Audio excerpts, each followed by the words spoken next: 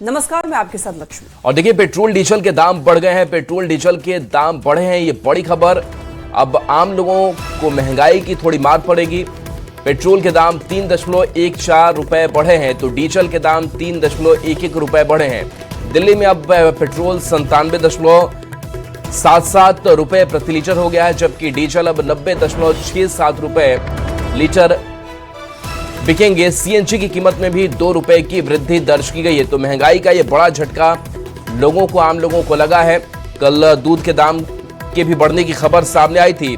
तो बताया जाता है कि पेट्रोल की कीमतों में इजाफे की पीछे जो मुख्य वजह है वो अंतर्राष्ट्रीय बाजार में कच्चे तेल की कीमतों में उतार चढ़ाव है। और जिस तरीके से लगातार ईरान और अमेरिका जंग के बीच हालात बने हैं, उसका सीधा जो असर है वो इस पेट्रोल डीजल के दामों पर देखने को मिल रहा है। बता दें कि जंग शुरू होने से पहले जो क्रूड ऑयल के कभी दाम $70 होते थे, अब वो बढ़कर $100 प्रति बैरल के पार पहुंच गए हैं। तो आप समझ सकते हैं किस तरीके से अंतर्राष्ट्रीय स्तर पर भी इसका खासा जो असर है वो पड़ा है और इसका अब सीधा असर आम लोगों की जेब पर पड़ता हुआ दिखाई दे रहा है।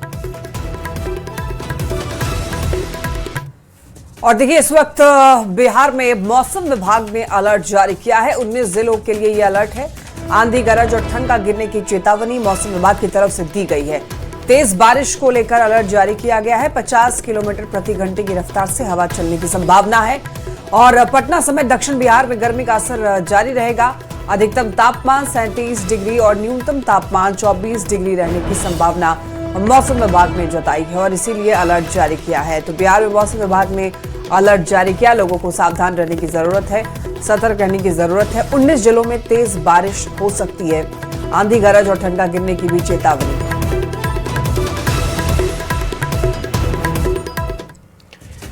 नीट पेपर लीक कांड के तार नासिक, केरलम, जयपुर और सीकर से होते हुए आखिरकार बिहार से जुड़ गए हैं। इसके बाद बिहार में भी इसको लेकर हड़कंप मचा है। पुलिस कई शहरों में ताबड़तोड़ छापेमारी कर रही है। अब तक 7 लोगों की गिरफ्तारी हुई है, जिसमें सबसे ज्यादा नालंदा से है। हालांकि इस कांड का मास्टरमाइंड माना जा रहा उज्जवल कुमार उर्फ राजा बाबू फिलहाल फरार है।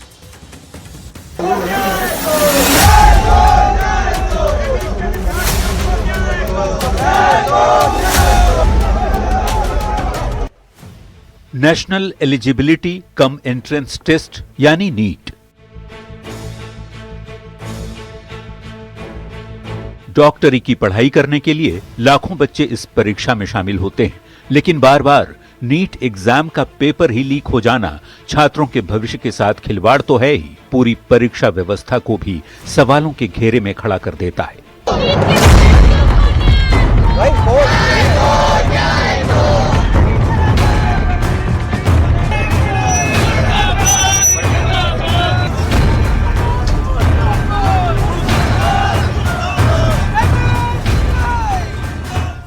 एनटीए ने पिछली परीक्षा को रद्द कर फिर से परीक्षा कराने की बात कही है, लेकिन नीट पेपर लीक कांड के तार नासिक, केरलम, जयपुर और सीकर से होते हुए आखिरकार बिहार से जुड़ गए हैं। इसके बाद बिहार में भी इसे लेकर हड़कंप मचा हुआ है। नीट के दुश्मन का बिहार कनेक्शन आने के बाद पुलिस ने अब तक अलग अलग ठिकानों से 7 संदिग्धों को अरेस्ट किया है, जिसमें सबसे ज्यादा नालंदा जिले से हैं। इस कांड का मास्टरमाइंड माना जा रहा उज्जवल कुमार उर्फ राजा बाबू भी नालंदा के पावापुरी मेडिकल कॉलेज के 2022 बैच का छात्र है, जो फिलहाल फरार है। पुलिस ने हॉस्टल में उसके कमरे की तलाशी ली है, लेकिन कुछ भी नहीं मिला। एक दूसरा आरोपी अवधेश, जो पहले से ही पुलिस की गिरफ्त में है, वो भी 2024 बैच का छात्र है। पुलिस ने उसके भी कमरे की तलाशी ली है, लेकिन कुछ संदिग्ध नहीं मिला। इसके अलावा पुलिस कई अन्य जगहों पर भी छापेमारी कर रही है। वहीं नीट पेपर लीक कांड में सीबीआई ने दूसरे राज्यों से 6 मुख्य आरोपियों को गिरफ्तार किया है और अलग अलग राज्यों की पुलिस ने 45 से ज्यादा लोगों को हिरासत में लिया है। नीट पेपर लीक कांड के मनी ट्रेल का बड़ा खुलासा हुआ है। सीबीआई ने शुरुआती जांच में पाया है कि नीट का एक पेपर 10 से 15 लाख रुपए में बिका। खुद आरोपी का बेटा भी इसमें नीट पेपर का अभ्यर्थी था और मनी ट्रेल में शामिल भी था। वहीं अब बिहार से भी इस कांड का कनेक्शन जुड़ गया है। सवाल है कि क्या हम एक परीक्षा भी ठीक से नहीं करा सकते? न्यूज 18 के लिए पटना से अमित कुमार और नालंदा से अभिषेक कुमार के साथ bureau report. NEET paper leak मामले में देखिए बड़ा खुलासा हुआ है। पेपर लीक मामले को लेकर दिल्ली क्राइम ब्रांच की टीम 4 लोगों को गिरफ्तार किया है, जिसमें से एक शख्स संतोष कुमार जायसवाल आरजेडी नेता बताए जा रहे हैं। दिल्ली पुलिस ने नीट पेपर लीक मामले में एक ऐसे संगठित गिरोह का भंडाफोड़ किया है। इस गिरोह पर नीट परीक्षा प्रश्न पत्र उपलब्ध करवाने और मेडिकल कॉलेजेस में MBBS सीट दिलवाने के नाम पर छात्रों और उनके परिवारों से लाखों रुपए की ठगी का आरोप है।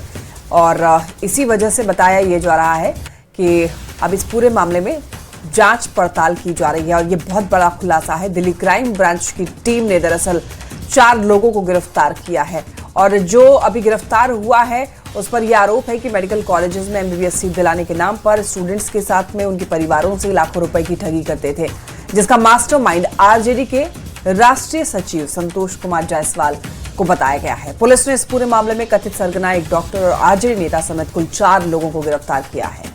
संतोष कुमार जायसवाल के मेडिकल एडमिशन रैकेट से जुड़े हुए कनेक्शन को लेकर बिहार की राजनीति इस वक्त गरमाई हुई है। बीजेपी प्रवक्ता कुंतल कृष्ण ने यह दावा किया है कि नीट पेपर लीक मामले में तेजस्वी यादव का दुलारा ही मास्टरमाइंड निकला है। वहीं आरजेडी ने इस मामले में प्रतिक्रिया देने से फिलहाल इनकार कर दिया है। ये देखिए, ये 4 लोगों को गिरफ्तार किया है क्राइम ब्रांच ने। और आपको बताते चलें कि फिलहाल ये जो 4 लोग हैं, इनमें से संतोष जायसवाल जो है वो आरजेडी से जुड़ा हुआ बताया जा रहा है। और ये लोग दरअसल लोगों को, जो मेडिकल छात्र होते थे, कॉलेजेस में एडमिशन के नाम पर उनसे उनके परिवार वाले से ठगते थे। इसके अलावा ये लोग पेपर लीक कराने में इनका बहुत बड़ा हाथ होता था। सॉल्वर गैंग से मिले हुए थे और ये लोग इस तरीके से नेटवर्क में घुसकर काम कर रहे थे। पूरे भारत में सक्रिय एक ठगों के गिरोह का पर्दाफाश किया है। इस गिरोह का काम है नीट जैसी परीक्षाओं के प्रवेश पत्र के नाम पे भोले भाले बच्चों को ठगना, मेडिकल में प्रवेश दिलाने के नाम पे अपने देश के नौनिहालों से ठगी करना। और इस ठगों के गिरोह का मास्टरमाइंड है तेजस्वी का दुलारा राष्ट्रीय जनता दल का राष्ट्रीय सचिव संतोष कुमार जायसवाल। तेजस्वी जी, अब आप क्या कहेंगे बताएं। वैसे बिहार की जनता जो जानती है, जहां भी देखो राजद का झंडा, वहीं तुमको मिलेगा कोई अपराधी, माफिया, ठग या गुंडा। दिल्ली से बड़ी खबर, जहां नीट परीक्षा को लेकर हाई लेवल बैठक है। शिक्षा मंत्री धर्मेंद्र प्रधान के घर बैठक में NTA के DG शामिल रहे, उच्च शिक्षा सचिव भी शामिल हुए। नीट परीक्षा को लेकर के चर्चा की गई तो धर्मेंद्र प्रधान के घर पर यह महत्वपूर्ण बैठक हुई। नीट परीक्षा को लेकर के हाई लेवल बैठक बुलाई गई, जिसमें बैठक में NTA के DG शामिल रहे, उच्च शिक्षा सचिव भी शामिल रहे। नीट परीक्षा को लेकर के चर्चा इस बैठक में की गई। दरभंगा एयरपोर्ट की सुरक्षा CISF को सौंप दी गई है और इस मौके पर JDU के कार्यकारी राष्ट्रीय अध्यक्ष संजय झा ने दरभंगा एयरपोर्ट को अंतर्राष्ट्रीय स्तर का एयरपोर्ट बनाने और विद्यापति के नाम पर रखने की मांग की है, जिसको लेकर CM सम्राट चौधरी ने आश्वासन दिया और ये कहा कि सरकार हर संभव कदम दरअसल उठाएगी और एयरपोर्ट का नाम महाकवि विद्यापति के नाम पर किया जाएगा।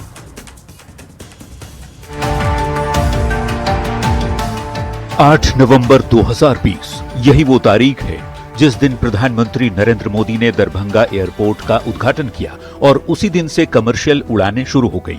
उड़ान योजना के तहत शुरू किया गया दरभंगा एयरपोर्ट आज सबसे सफल हवाई अड्डे में से एक है। शुरू होने के करीब 5.5 साल बाद 14 मई 2026 को दरभंगा एयरपोर्ट की सुरक्षा की जिम्मेवारी CISF को सौंप दी गई। इस मौके पर मुख्यमंत्री सम्राट चौधरी, JDU के राष्ट्रीय कार्यकारी अध्यक्ष संजय झा के अलावे NDA के कई नेता मौजूद रहे। इंटरनेशनल एयरपोर्ट के लिए, क्योंकि इसका टर्मिनल बिल्डिंग बन रहा है, अब जब बन रहा है उद्घाटन से पहले ही अगर ये तय हो जाए तो उसके इमिग्रेशन से लेके जो सारा इशूज है उससे पहले अगर फिक्स हो जाएगा तो बाद में ये समस्या नहीं हो।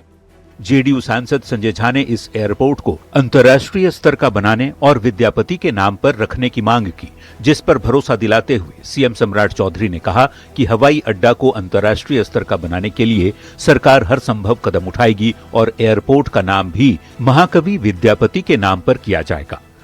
मोदी जी के नेतृत्व में और नीतीश जी के सहयोग से और उनके मार्गदर्शन में ये जरूर आश्वस्त करता हूँ, एयर कनेक्टिविटी को आज जितना है इसके 10 गुना अधिक और बड़ा करना है साथियों। उड़ान योजना के तहत दरभंगा हवाई अड्डा तेजी से विकसित हुआ है और उत्तर बिहार की हाई कनेक्टिविटी को बेहतर बनाने में अहम भूमिका निभा रहा है। यात्रियों की संख्या में लगातार बढ़ोतरी हो रही है। एयरपोर्ट को अंतर्राष्ट्रीय स्तर का बनाने और अधिक यात्री सुविधाएं देने के लिए करीब 912 करोड़ रुपए की लागत से एक नया और आधुनिक टर्मिनल भी बनाया जा रहा है। अब इसकी सुरक्षा CISF को सौंप दी गई है, जिसके साथ ही दरभंगा देश का 72वां हवाई अड्डा बन गया है, जिसकी सुरक्षा अब CISF कर रही है। पटना और गया के बाद यह बिहार का तीसरा हवाई अड्डा है जहां CISF की तैनाती हुई है। न्यूज 18 के लिए दरभंगा से विपिन कुमार दास के साथ ब्यूरो रिपोर्ट। और देखिए, सम्राट चौधरी के सीएम बने 1 महीना पूरा हो चुका है और इस 1 महीने में ही सीएम ने कई बड़े फैसले लिए हैं। बिहार में सरस्वती विद्या निकेतन खोलने और 211 नए डिग्री कॉलेज शुरू करने का फैसला लिया गया है। सुशासन को चुनौती देने वालों पर 48 घंटे के भीतर कार्रवाई के निर्देश दिए गए। सहयोग कार्यक्रम की शुरुआत करते हुए अधिकारियों को 30 दिन के अंदर काम पूरा करने की चेतावनी दी गई। महिलाओं को ईवी वाहन खरीदने पर 12,000 से 1 लाख रुपए तक की सहायता देने का फैसला भी लिया गया है। वहीं मंत्रियों को कैबिनेट में अपने विभाग का एजेंडा खुद पेश करने का निर्देश दिया गया है। इसके अलावा किशनगंज में 110 एकड़ में CISF क्षेत्रीय प्रशिक्षण केंद्र खोलने का फैसला लिया गया है, जहां 1000 जवानों को आधुनिक प्रशिक्षण दिया जाएगा। साथ ही प्रदेश के निजी स्कूलों में मनमानी रोकने के लिए फीस को काबू करने और छात्रों और अभिभावकों के हितों की रक्षा करने के लिए भी महत्वपूर्ण कदम उठाया गया है। साथ ही किताबें, यूनिफॉर्म कहीं से भी खरीदने की आजादी दी गई है। इसके अलावा फीस बकाया होने पर भी स्कूल प्रबंधन छात्रों को परीक्षा देने से नहीं रोक सकते हैं। तो कुल मिलाकर सीएम सम्राट ने 1 महीने के अंदर अंदर ही कई बड़े फैसले लिए हैं, जो जनता के लिए बेहद अहम साबित हो रहे हैं। सम्राट चौधरी की सरकार ने आम लोगों की मदद के लिए ऐसा कदम उठाया जिससे न सिर्फ बिहार के लोगों की समस्या दूर होगी बल्कि सरकारी बाबुओं पर भी नकेल कसा जाएगा। सम्राट चौधरी के इस फैसले की खूब चर्चा हो रही है। बिहार की जनता को सेवा, सुविधा और सहूलियत देने के लिए हर महीने बिहार के हर पंचायत में सहयोग शिविर लगेगा। 19 मई से हर महीने के पहले और तीसरे मंगलवार को सभी पंचायतों में सहयोग शिविर का आयोजन किया जाएगा। सहयोग शिविर को लेकर एनडीए नेता उत्साहित हैं। एनडीए का कहना है कि इससे आम जनता की शिकायतों का फौरन निपटारा होगा, लेकिन विपक्ष इसमें भी कमी ढूंढ रहा है। नरेंद्र मोदी जी का जो संकल्प है सबका साथ सबका विकास, उसको लेकर के बिहार के माननीय मुख्यमंत्री सम्राट चौधरी जी पंचायत तक, गांव तक पहुंच रहे हैं। जो हमारा बिहार को विकसित बिहार बनाने का लक्ष्य है, उस दिशा में यह कदम बहुत बड़ा मील का पत्थर साबित होगा। और इस शिविर का मकसद बिल्कुल साफ है कि गांव के स्तर पे, प्रखंड के स्तर पे, पंचायत के स्तर पे जो आम लोगों की, जनता की समस्या है उसका समाधान वहीं पर हो, चाहे वो राशन हो, पेंशन हो, जमीन हो, नल जल या फिर बिजली, यानी कि तमाम विभागों से जुड़ी हुई समस्याएं आवाम की, उसका निपटारा मौके पर हो जाए। तो अगर माननीय मुख्यमंत्री सम्राट चौधरी जी ने एक पहल की है, एक आदेश दिया है कि 19 मई से सहयोग शिविर हर पंचायत में लगाया जाएगा, पहल तो अच्छी है, लेकिन देखना यह है कि क्या इससे भ्रष्टाचार एक सीढ़ी और ऊपर पहुंच जाता है या वाकई में ग्रामीणों को की सहायता होती है। बिहार में अब शिक्षक और शिक्षा विभाग एक बार फिर आमने सामने है। जनगणना को लेकर शिक्षा विभाग के सीएस के फरमान पर शिक्षकों में भारी नाराजगी है। शिक्षक संघ का ये साफ कहना है कि या तो वो जनगणना का काम करेंगे या फिर बच्चों को पढ़ाएंगे। स्कूल में क्लास लेने के पहले और बाद जनगणना का काम उन्हें किसी हालत में मंजूर नहीं है। एसीएस का फरमान, शिक्षक हलकान। जनगणना और क्लास एक साथ कैसे करें? शिक्षा विभाग के एसीएस के खिलाफ हल्ला बोल। बिहार जनगणना को लेकर शिक्षा विभाग के एसीएस ने ऐसा पत्र जारी किया है जिस पर पूरे बिहार में बवाल मचा है। इस पत्र को लेकर नाराजगी इस कदर है कि शिक्षकों ने इसे तुगलकी फरमान बताया है। शिक्षक और शिक्षा विभाग एक बार फिर आमने सामने हैं। दरअसल ये विरोध शिक्षकों की ड्यूटी को लेकर है। शिक्षा विभाग के एसीएस बी राजेंद्र ने एक पत्र जारी करते हुए कहा है कि टीचर जनगणना का काम स्कूल के समय से पहले और बाद में निपटाएं और स्कूल के समय बच्चों की क्लास में हाजिर रहें। शिक्षक संघ ने इस फरमान का विरोध करते हुए सीएम सम्राट चौधरी को भी पत्र लिखा है और शिक्षा मंत्री से तत्काल हस्तक्षेप करने की मांग की है। शिक्षक को अनावश्यक प्रताड़ित करना यह जनगणना कार्य को बाधित करने जैसा आदेश है। इसलिए हम शिक्षा विभाग के पदाधिकारियों से अनुरोध करते हैं कि अपने तुरंत इस आदेश को वापस ले और शिक्षक जिस तरह से मार्क ऑन ड्यूटी करके जनगणना कार्य कर रहे थे उनको वह करने दिया जाए। शिक्षक संघ का कहना है कि शिक्षक मशीन नहीं है जो 24 घंटे ऑन ड्यूटी रहे। शिक्षक संघ का साफ कहना है कि मार्क ऑन ड्यूटी के तहत शिक्षक जनगणना करेंगे, यानी शिक्षक स्कूल में क्लास नहीं लेंगे, केवल जनगणना का ही काम करेंगे। जनगणना कार्य में लगे शिक्षकों में भारी कंफ्यूजन भी है। इस कंफ्यूजन की वजह ये कि शिक्षकों को शिक्षा विभाग और डीएम की तरफ से अलग अलग आदेश मिले हैं। कई जिलों में डीएम और एडीएम ने आदेश दे रखा है कि शिक्षक मार्क ऑन ड्यूटी बनाकर जनगणना का कार्य करें, तो शिक्षा विभाग के एसीएस ने आदेश दिया है कि स्कूल में पढ़ाने के साथ साथ जनगणना का काम भी करें। अब शिक्षकों के सामने बड़ा सवाल है कि वो डीएम का आदेश माने या शिक्षा विभाग के फरमान पर अमल करें।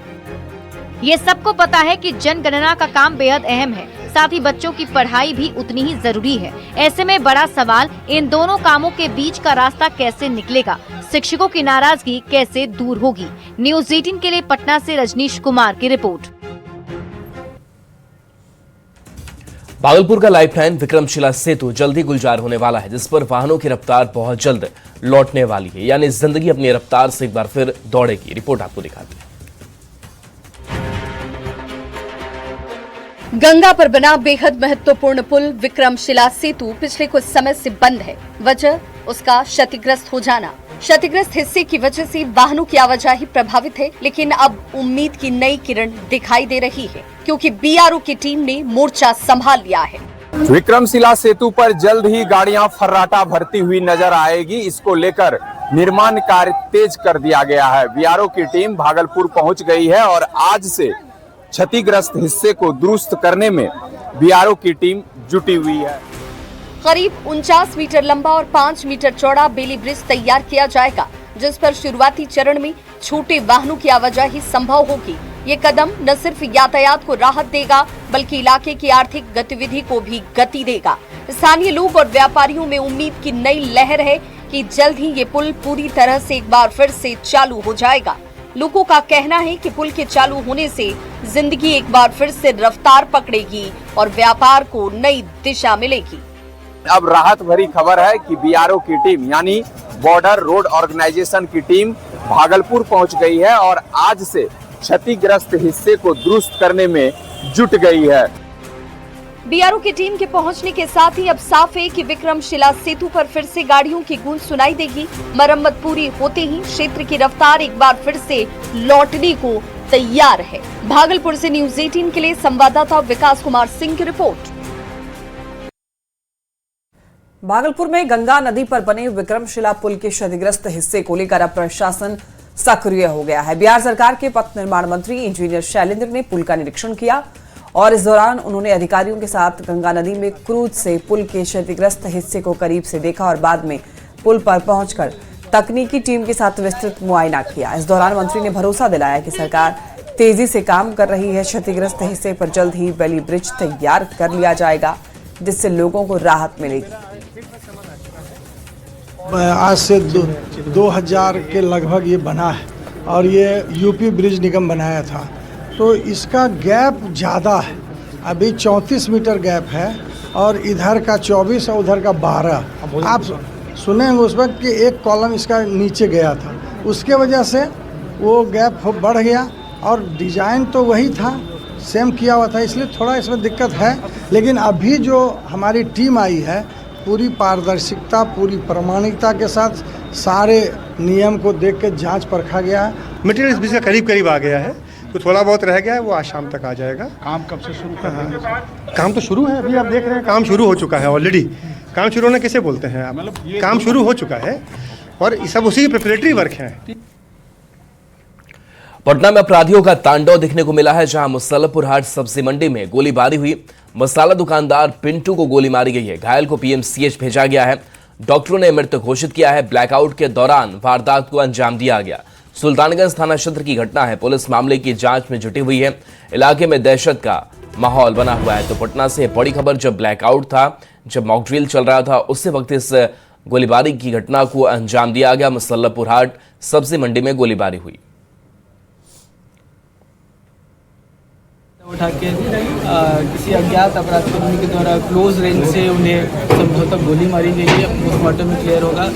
प्रथम दृष्टया लग रहा है कि फायर आर्म मटेरियल है, परंतु आसपास के लोगों का जो बयान दिया गया उससे यह निकल कर आ रहा है कि आवाज़ काफ़ी हल्की सी हुई। यूजुअली जो फायर आर्म्स होते हैं उनकी आवाज़ काफ़ी लाउड होती है, तो किस प्रकार के हथियार से किया गया, क्यों किया गया, आप ये अनुसंधान कर रहे हैं। फैसिलिटी टीम को भी बुलाया गया क्योंकि अंधेरा था, तो अपराधकर्मी को कोई देख नहीं पाया अभी तक। जो निकल कर आया है, जो विक्टिम के फादर हैं जो उसी दुकान पे थे और विक्टिम से